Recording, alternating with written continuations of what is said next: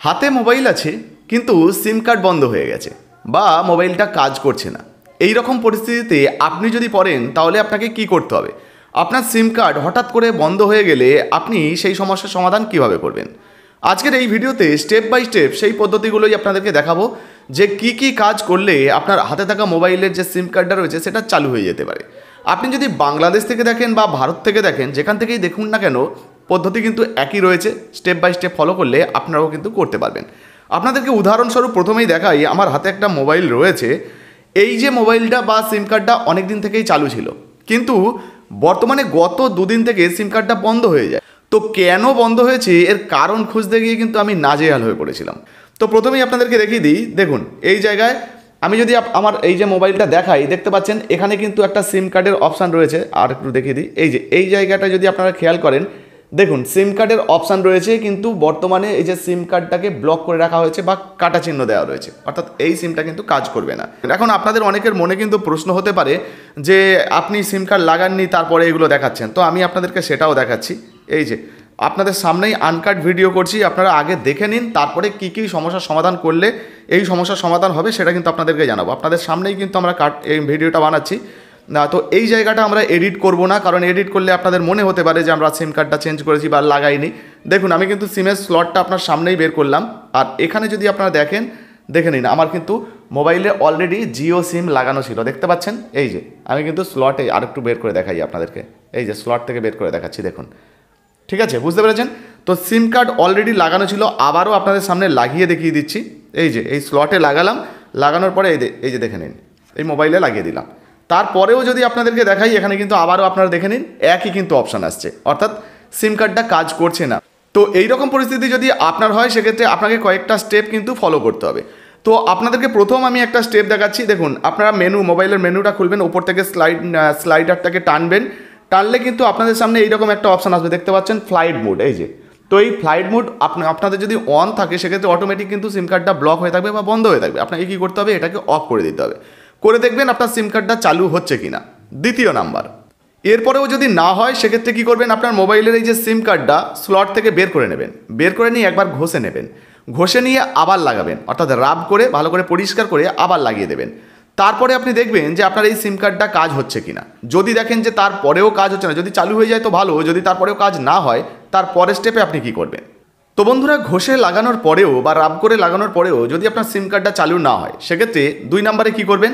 আপনি আপনার এই সিম কার্ডের স্লটটাকে আবার বের করবেন।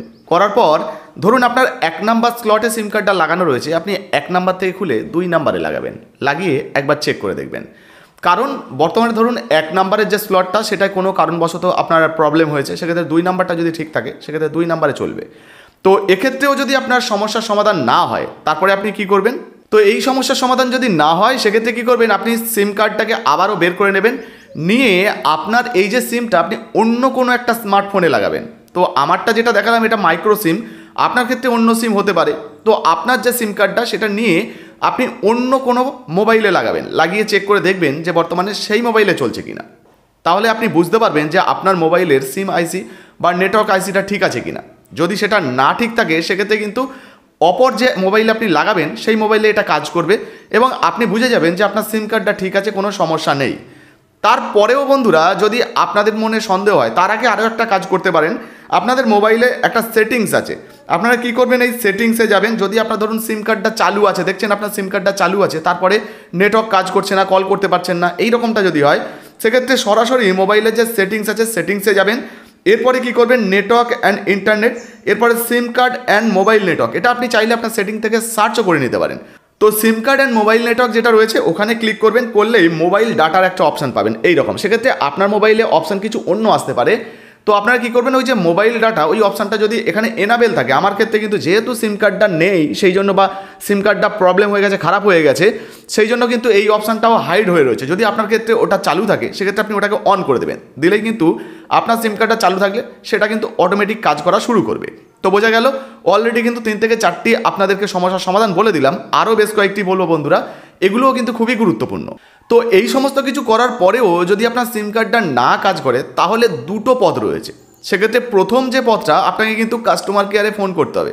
ধরুন আপনি ভারত থেকে করছেন, সেক্ষেত্রে আপনাকে 198-এ আপনার যে কাস্টমার কেয়ার রয়েছে, সেটা জিও, এয়ারটেল, ভোডাফোন যেটা হবে, সেই কাস্টমার কেয়ারে ফোন করবেন, করে প্রথম আপনি জিজ্ঞাসা করবেন, অন্য কিন্তু সিম কার্ড দিয়ে করবেন, ধরুন আপনার জিও সিম, সেক্ষেত্রে আপনি অন্য কোনো জিও সিম থেকে ফোন করে কাস্টমার কেয়ারের সঙ্গে কথা বলবেন, বলে কিন্তু জানাবেন যে আপনার যে সিম কার্ডটা সেই সিম কার্ডের পরিষেবা ইতিমধ্যে চালু আছে কিনা বা কোনোভাবে ব্লক করা হয়েছে কিনা।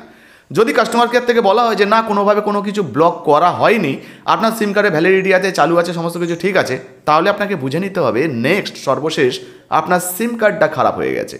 তো এই রকম যদি হয় সেক্ষেত্রে আপনি কি করবেন? দেখুন, আমাদের আমি ওয়েস্ট বেঙ্গল থেকে আছি, তো আমাদের পশ্চিমবঙ্গে কলকাতায় এখন যে নিয়মটা চলছে সেটা হচ্ছে জিওর ক্ষেত্রে স্টোরে যেতে হয়, জিও স্টোরে। সেখান থেকে আপনাকে আপনার আধার কার্ড নিয়ে যেতে হবে, ফিঙ্গারপ্রিন্টের মাধ্যমে নতুন সিম কার্ড তুলতে হবে।